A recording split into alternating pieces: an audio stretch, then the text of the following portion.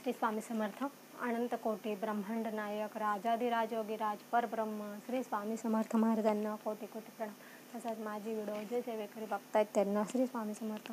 बघा मंडळी, आपण आता घट कसे बसवायचे हे बघितलंय. आता आपल्याला घट बसवताना काय चुका करायचे नाही हे बघू. कारण की काय होतं, आपण काय करतो की आपण असं आपल्याला जसं वाटेल तसं, किंवा आपले पूर्वज जे बसवत असेल, आमच्या सासूबाई वगैरे जसं बसवत असेल तसं आपण त्यांचं बघून बसवतो. पण आपली जी चूक आहे, जी ते चूक करतं ते आपण जर चूक केली तर कसं असतं की त्यांनी चूक केली त्याचे भोग आपल्याला भोगावं लागतात. म्हणजे त्यांचे जे फळं असतात ते आपल्याला भोगावं लागतात. त्यांना तर लागतंच पण आपल्याला. पण आपण ती चूक केली तर आपल्या मुलांनाही त्याचं दुष्परिणाम भोगावे लागतात. मग आता प्रत्येक आईला वाटतं की आपल्याला जरी त्रास झाला तर जाऊ दे, पण आपल्या मुलांना नको, हा प्रत्येकाला वाटतं. म्हणून आपण जर आता आपल्या सासूबाईंनी केलं तसंच आपण केलं तर मग आपली मुलं पण तसेच करतील. मग हे वंशवंशी तसंच चालेल, पिढ्याने पिढ्या तसंच चालेल. आणि त्याचा मग आपल्याला पिढ्याने पिढ्या जो त्रास आहे, जो दोष आहे तो लागत राहील आणि त्याची जे आपल्याला त्रास होतच राहील. कारण की कसं असतं की जो करेल तो भरेल, हे आपल्याला म्हण माहिती. जो करेल तो भरेल आणि जो करेल सेवा तो खाईल मेवा, हे आपल्याला म्हण माहिती. म्हणून आपण कसं करायचं की आपण आपले सासूबाई जरी करताय पण ते बरोबर करताय की नाही. कधी कधी काय होतं, ते चुकीचं करता, आपण तसंच करतो. म्हणून आपण हे काय करायचं, एकदम खात्री करून घ्यायची की ह्यांची ही गोष्ट बरोबर आहे की नाही. याचा जर आपल्याला किंवा आपल्या मुलाबाळांना त्याचा काही परिणाम होतोय का, त्याचा वाईट परिणाम भोगायला लागणार आहे का काय, हे आपण एक खात्री करून घ्यायची. आणि त्यानुसार आपण आपल्या सासूबाईंची जे रूढी परंपरा आहे त्या चालवायच्या. कारण की आपल्याला माहीत असतं पण त्यांना माहीत नसतं, त्यामुळे त्या तसं करतात. पण मग आपल्याला असं वाटतं की त्यांनी केलं तसंच आपल्याला करायला पाहिजे, वेगळं काही करू नये. परंतु वेगळं हे चांगलं करायला हरकत नाही आहे, फक्त चुकीचं करायला नको आहे. म्हणून आपण आता तर घट बसवताना काय चुका करू नये हे बघू. तर आपण घट बसवताना फक्त देवीचा टाकच घटी बसवा आणि बाकीचे देवाऱ्यातले देव आपण घटी बसवू नका. कारण की बऱ्याच ठिकाणी काय होतं, देवाऱ्यातले देव घटी बसवता, त्यामुळे त्या देवांची पूजा वगैरे होत नाही आणि त्यांची आंघोळ होत नाही, पूजा होत नाही. 10 दिवस देव आपले पारसे, आपण 1 दिवस पण राहत नाही आणि 10 दिवस देवांना पारसे ठेवतो. आता देवीचे नवरात्र तर देवीलाच फक्त घटी बसवायचं.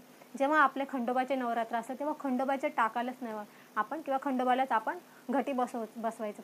आपण सर्व देवांना कधीच घटी बसवायचं नाही. त्याचा काय परिणाम होतो बघा, की उलट आपल्याला आपण देवीचं सेवा करून आपण पुण्य कमवतोय. कसं असतं की नवरात्रामध्ये देवी तत्व हे जास्त असतं. आपण मागच्या व्हिडिओत बघितलं की नवरात्र हे 3 प्रकारचे असतात आणि प्रत्येक नवरात्रामध्ये देवी तत्व हे जास्त प्रमाणात असतं. म्हणून आपण जर जास्तीत जास्त देवीची सेवा केली तर जास्तीत जास्त आपल्याला ते देवी तत्व मिळेल, म्हणजेच आपल्याला ते पुण्य मिळेल. देवी तत्व किंवा देवांचे तत्व म्हणजेच आपले पुण्य असतं. आपण त्यालाच पुण्य म्हणतो, पण ते असतं तत्व. तर आपण जास्तीत जास्त देवी तत्व मिळू शकतो आणि पुण्य मिळू शकतो. पण त्याच्यासाठी आपण जर एक चूक करतोय, देवीचं चांगलं करतोय पण देवांची जर काही चूक करतोय तर त्याचे आपल्याला जेवढं पुण्य करतो त्याचे 10 पट आपल्याला दोष लागतात. म्हणजे आता उदाहरणार्थ आपल्या देवाऱ्यामध्ये जर 4 देव असेल तर ते 1 पट पुण्य मिळेल, पण आपल्याला 4 पट दोष लागेल, 4 पट आपलं पाप लागेल. तुमच्या देवाऱ्यात 10 देव असेल तर आपण तुम्ही सगळे 10 देवांची पूजा करताना चुकी कराल तर तेवढे 10 दोष लागेल. तर मग आपण काय करायचं की कुठलेही देव घटी बसवायचे नाही. म्हणजेच आपले काही लोक काय करतात, पूर्वज जे असतात ना, आपले पूर्वीचे लोक म्हणजे सासूबाई, आजी सासू, हे काय करायचे की देवाऱ्यातले जे देव आहे ना पानावर बसवायचे. त्यामुळे पानावर बसवलं की त्या देवांचा आंघोळ वगैरे काहीही पूजा होत नव्हती. आंघोळ वगैरे करायची नाही, त्या देवांना हात लावायचं नाही. मग त्या देवांवर धूळ बसते, त्या देवांना हळदी कुंकू काहीच हे होत नाही. मग फक्त आपण देवीची भरपूर सेवा करायची. पण तसं त्याचं उलट आपल्याला दोष लागतो. म्हणून आपण कधीही ही चूक करायची नाही. आपल्या सासूबाई जरी करत असेल तर त्यांना तुम्ही समजून सांगा. कारण की ह्या चुकीमुळे आपल्या सासूबाईंनी जर चुकी केली असेल तर त्याचे परिणाम आपल्याला भोगावे लागतात.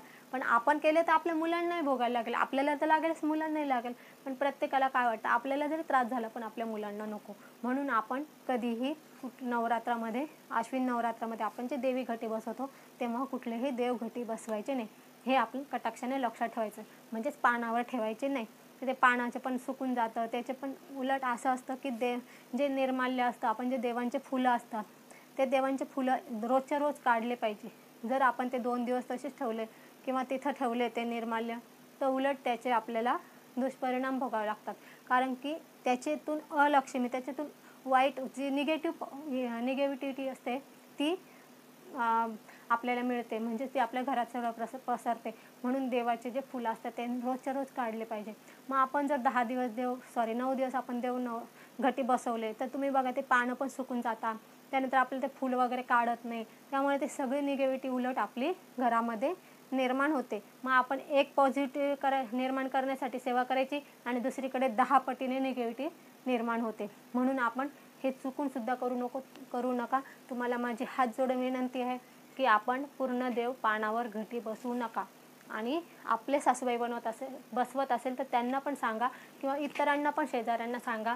त्याच्यासाठी जर त्यांना पटलं नाही तर आपली व्हिडिओ त्यांना शेअर करा, म्हणजेच त्यांना त्याच्या मागचं कारण हे त्यांना कळेल आणि त्यामुळे ते हे देव जे आहे देवाऱ्यातलं ते घटी बसवणार नाही. आपल्या देवाऱ्यात जेवढे देव असतात तेवढ्या पटीने आपल्याला दोष लागतो बघा.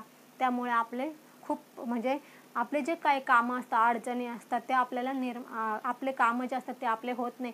आपल्या मार्गात, आपल्या सेवेत अडचणी निर्माण होतात. हे खूप असे निगेटिव्हिटी आपली निर्माण होते. त्यामुळे आपले पुढचे सगळे शेड्यूल आहे ना, हे सगळं विस्कळीत होतं, कारण की त्या देवांचा दोष लागतो. म्हणून आपण नवरात्रामध्ये कधीही पूर्ण देव घटी बसू नका. फक्त आपली जी कुलदेवी आहे तिलाच घटी बसवा आणि तिची पूर्णपणे सेवा करा. त्या देवाऱ्यातल्या देवांची पण रोजची रोज आंघोळ, पंचोपचार पूजन, नैवेद्य, आरती जशी आपण रोज सेवा करतो तशी रोजच्या रोज सेवा करा. फक्त कुलदेवीचं टाक आपण 9 दिवस हलवू नका. आपल्याकडे ज्या दिवशी उपवास सुटत असेल, पारणे फिटत असेल, त्याच दिवशी आपण कुलदेवीचं टाक हलवा.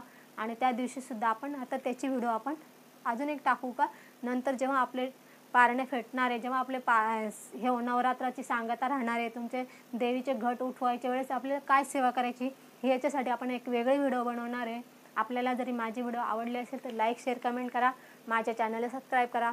झालेली सेवा महाराजांच्या चरणी अर्पण करू. श्री स्वामी समर्थ.